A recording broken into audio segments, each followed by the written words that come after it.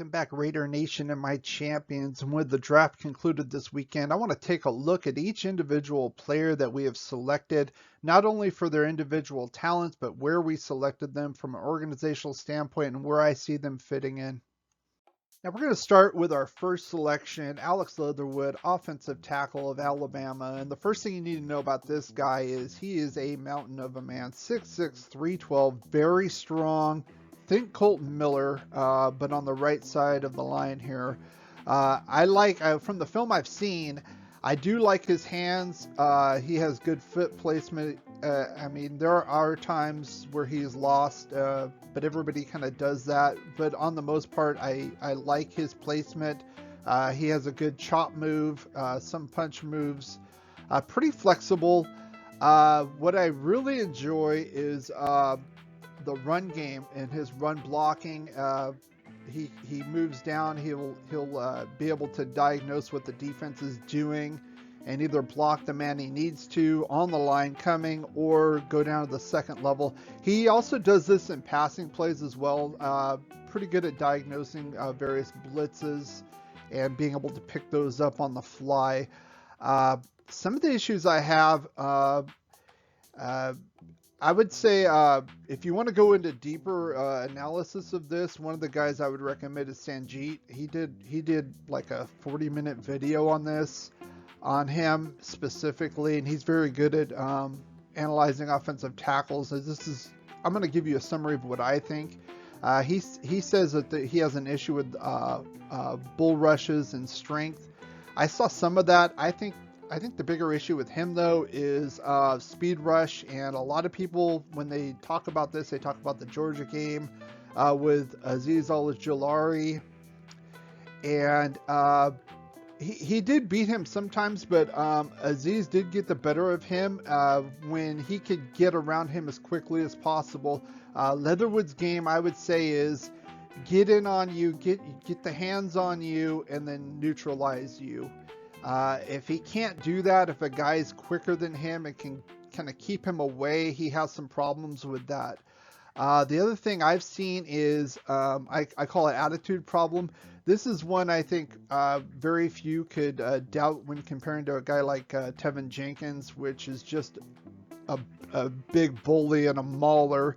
I don't really see that in Alex Leatherwood.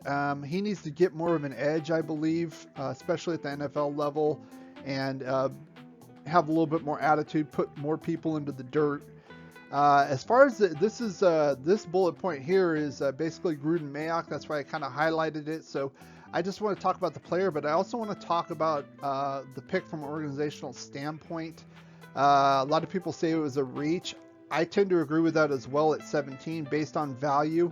I'm going to do a summary overall of the draft. This is more of the individual player.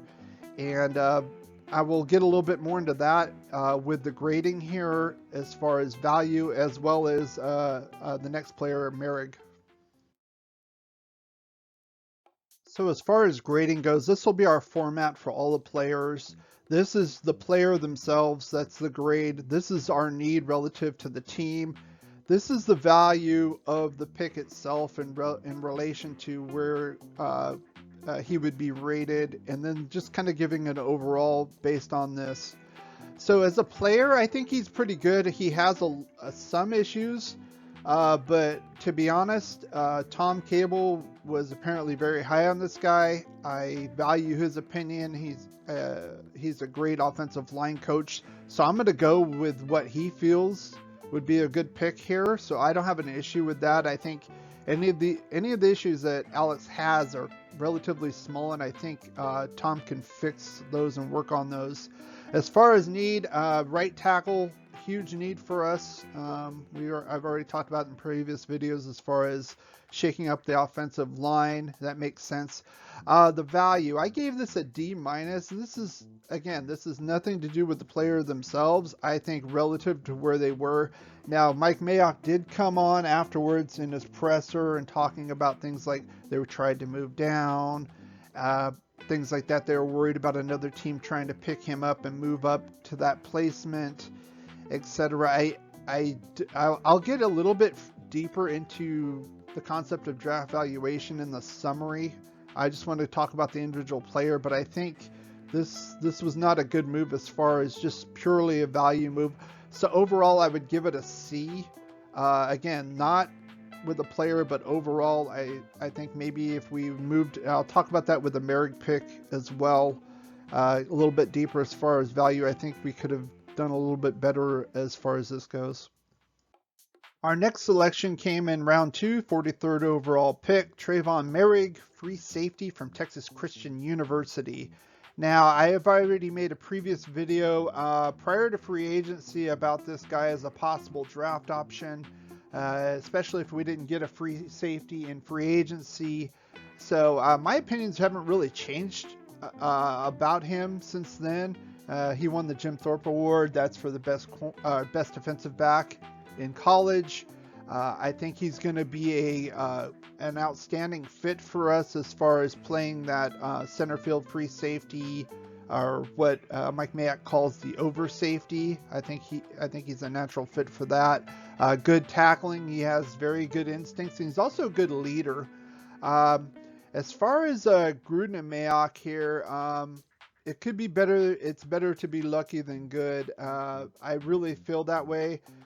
This guy could have been a late first round prospect, early second round. I think they kind of gambled. They wanted Leatherwood, so they went a little early for him, and in hopes that this guy would fall, and they actually did. And I have to give credit where credit is due. I don't think he would have made it to our original selection at 48. So they did move up to 43 with San Francisco to take him. I think Mike Mayock mentioned that Dallas probably would have taken him. I think either Dallas or Jacksonville after Dallas would have taken this guy. So that's a good move for them. And I think you get the guy you need, and it's a good fit as well. As far as a draft grade, I give this an A overall. A solid player, fills a huge need we have at free safety, and the value is there. I think he dropped a little further than he should have. I would give him a late first, early second round where he should have went. And again, it was good move by the team to go up and get your guy. Now, I did ding, as far as draft valuation, I dinged the move to move up and have to give up a 4th round. I know we got a 7th, so we essentially moved down 3 rounds in the draft for the way we picked these two guys. I dinged that on the Leatherwood pick because that predicated this type of activity. But as far as I see it, this was a great move, a great pick by the organization. But I'm interested in hearing what you have to say about this. Put your comments and grades below. If you did enjoy this video, give it a thumbs up, like, share, and subscribe. Thanks for watching and supporting this channel, and as always, go Raiders.